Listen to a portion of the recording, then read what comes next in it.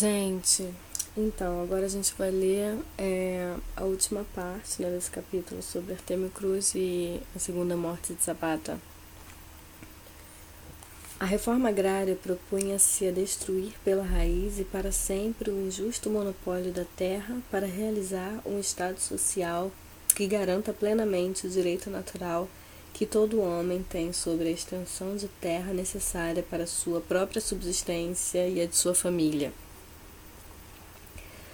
Restituíam-se as torras às comunidades e indivíduos despojados a partir da Lei de Desamortização de 1856. Fixavam-se limites máximos aos terrenos segundo o clima e a qualidade natural e declaravam-se propriedades nacionais as fazendas dos inimigos da Revolução. Essa última disposição política tinha, como na reforma agrária de Artigas, um claro sentido econômico. Inimigos eram os latifundiários. Formaram-se escolas de técnicos, fábricas de ferramentas e um banco de crédito rural. Nacionalizaram-se os engenhos e as destilarias, que se converteram em serviços públicos. Um sistema de democracias locais que colocava nas mãos do povo as fontes do poder e a sustentação econômica. Nasciam e difundiam-se escolas zapatistas, organizavam-se juntas populares para a defesa e a promoção dos princípios revolucionários.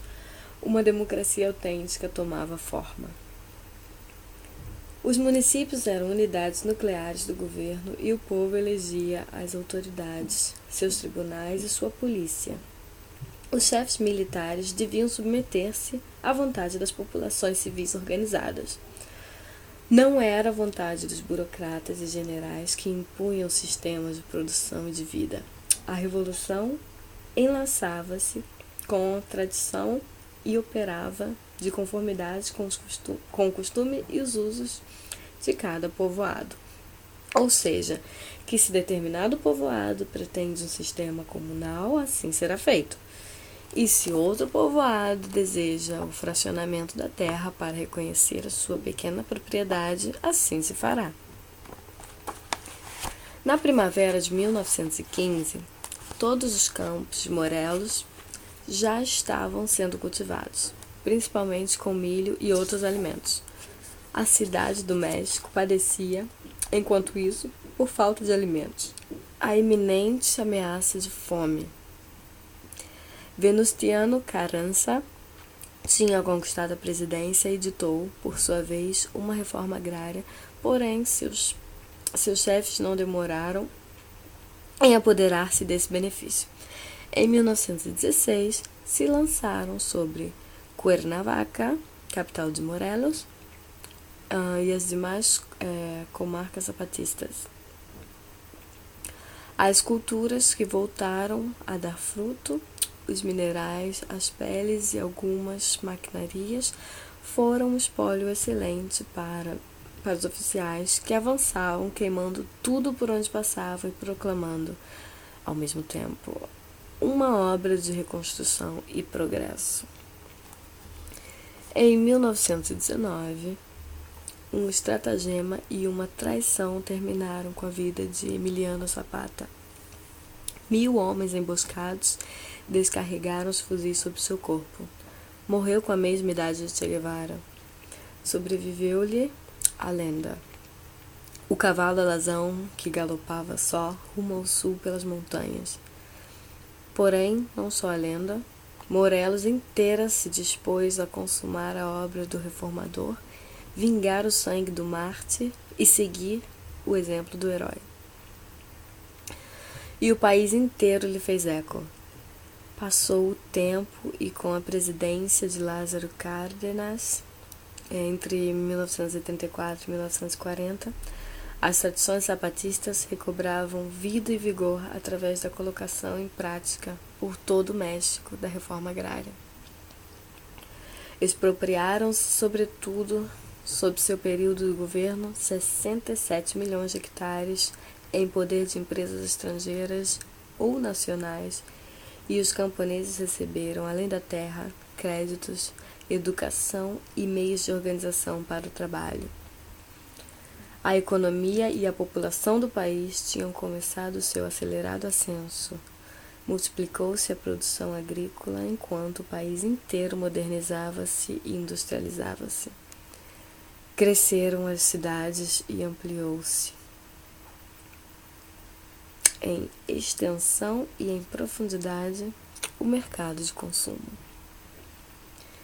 Porém, o nacionalismo mexicano não derivou para o socialismo e, em consequência, como ocorreu em outros países que tampouco deram um salto decisivo, não realizou cabalmente seus objetivos de independência econômica e justiça social.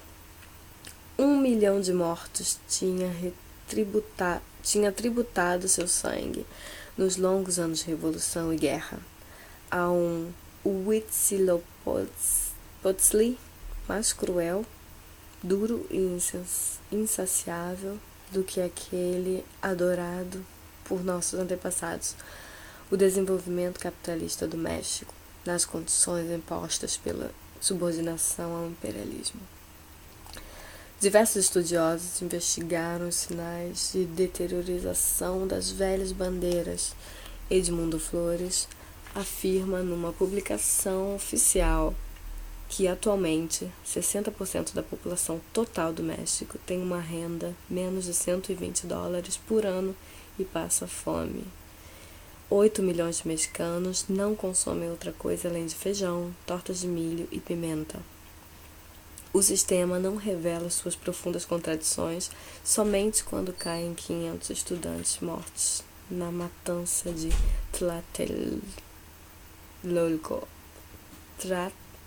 Tlatelolco. Recolhendo cifras oficiais, Alonso Aguiar chega à conclusão de que há no México uns 2 milhões de camponeses sem terra, 3 milhões de crianças que não recebem educação, cerca de 11 milhões de analfabetos e 5 milhões de pessoas descalças.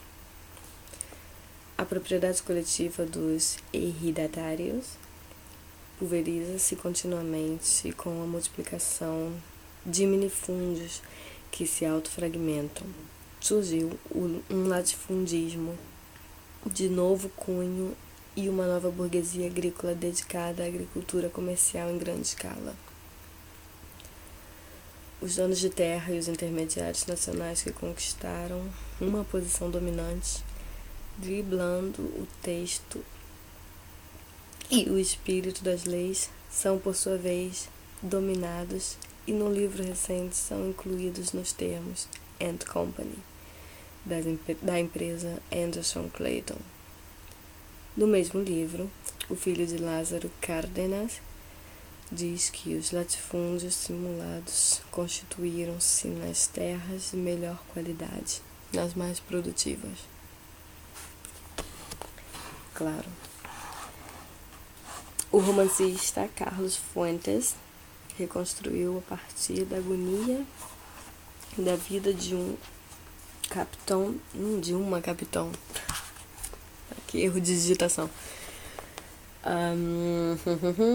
A vida de um capitão do exército de Carranza, que vai abrindo caminho a tiros e com astúcia, tanto na guerra como na paz. Homem de origem muito humilde, Artemio Cruz vai deixando para trás, com a passagem dos anos, o idealismo e o heroísmo da juventude, usurpa terras, funda e multiplica empresas, faz-se deputado, sobe em suas brilhantes carreiras rumo aos cumes sociais, acumulando fortuna, poder e prestígio, com base nos negócios, subornos, especulações, grandes golpes de audácia e repressão a sangue e fogo da indianada. O processo do personagem parece processo do partido que grande potência da Revolução Mexicana virtualmente monopoliza a vida política do país em nossos dias. Ambos caíram para cima.